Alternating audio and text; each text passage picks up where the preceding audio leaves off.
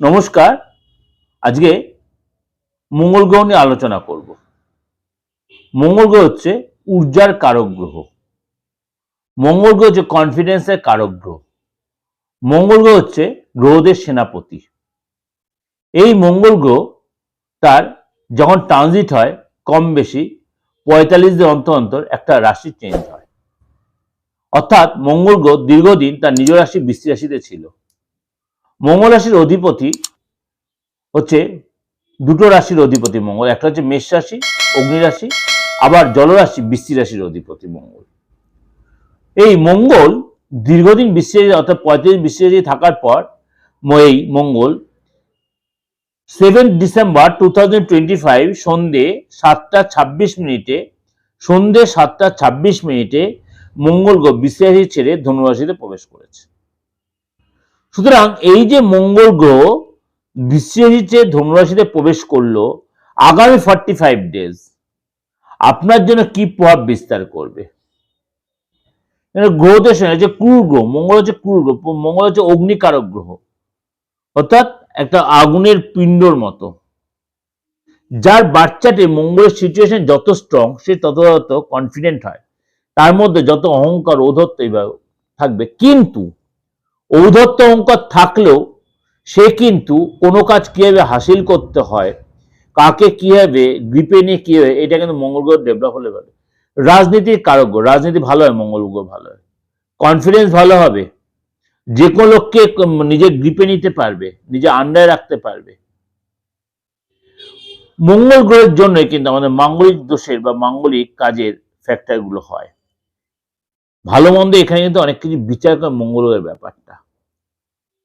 মঙ্গলের একাধিক নক্ষত্র রয়েছে, আপনারা জানেন প্রত্যেকেই। সুতরাং এই যে মঙ্গল গ্রহ দীর্ঘ ৪৫ দিন পর আবার ৪৫ দিনের জন্যই আপনার বৃশ্চিক রাশি যে ধনু রাশিতে প্রবেশ করলো, অর্থাৎ নিজ রাশি ছেড়ে, সেটা আপনার জন্য কি এফেক্ট দিচ্ছে? আপনার জন্য কি ভালো হবে এই মঙ্গল গ্রহের ট্রানজিট, না কি হবে? তার জন্য কি করতে হবে? তাহলে পুরো প্রোগ্রামটাই আপনাকে শুনতে হবে, আপনার রাশির জন্য কি এফেক্ট দিচ্ছে।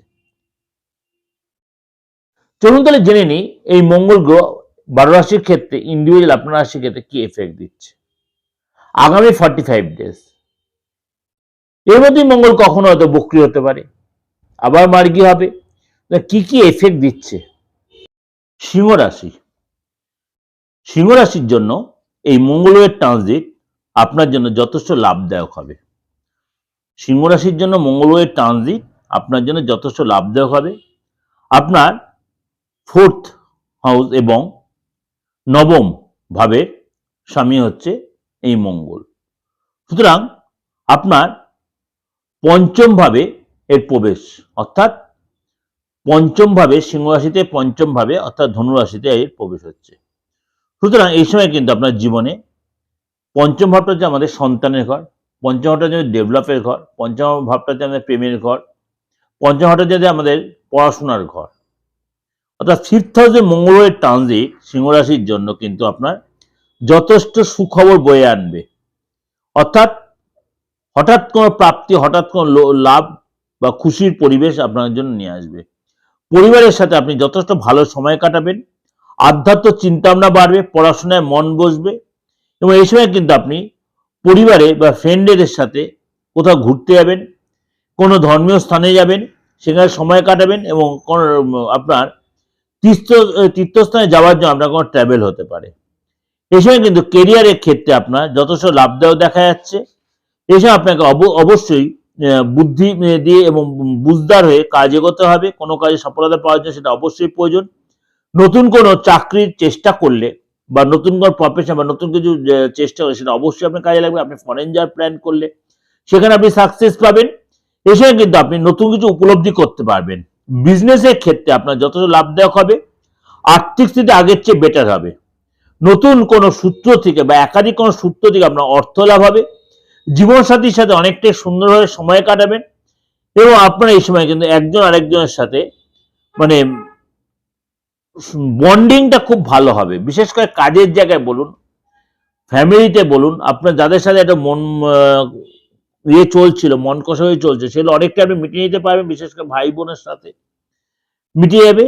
এছাড়া কিন্তু আপনার অবশ্যই জীবনসাথীর সাথে আপনি রিলেশনটা মজবুত করার জন্য অবশ্যই আপনাকে এই মঙ্গলের ট্রানজিট হওয়াতে আপনাকে অনেক বেশি ধৈর্যশীল হতে হবে এবং শরীর স্বাস্থ্য প্রতি অবশ্যই আপনাকে যত্নশীল হতে হবে।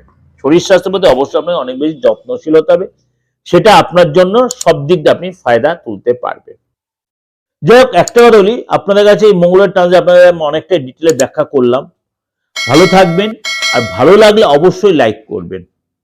যোগাযোগ করতে হলে সামনে যে বুকিং নাম্বার রয়েছে 8910732594339606 ফোন করে আপনি আমার সাথে কনসালটেশন নিতেই পারেন। নমস্কার, ভালো থাকবেন।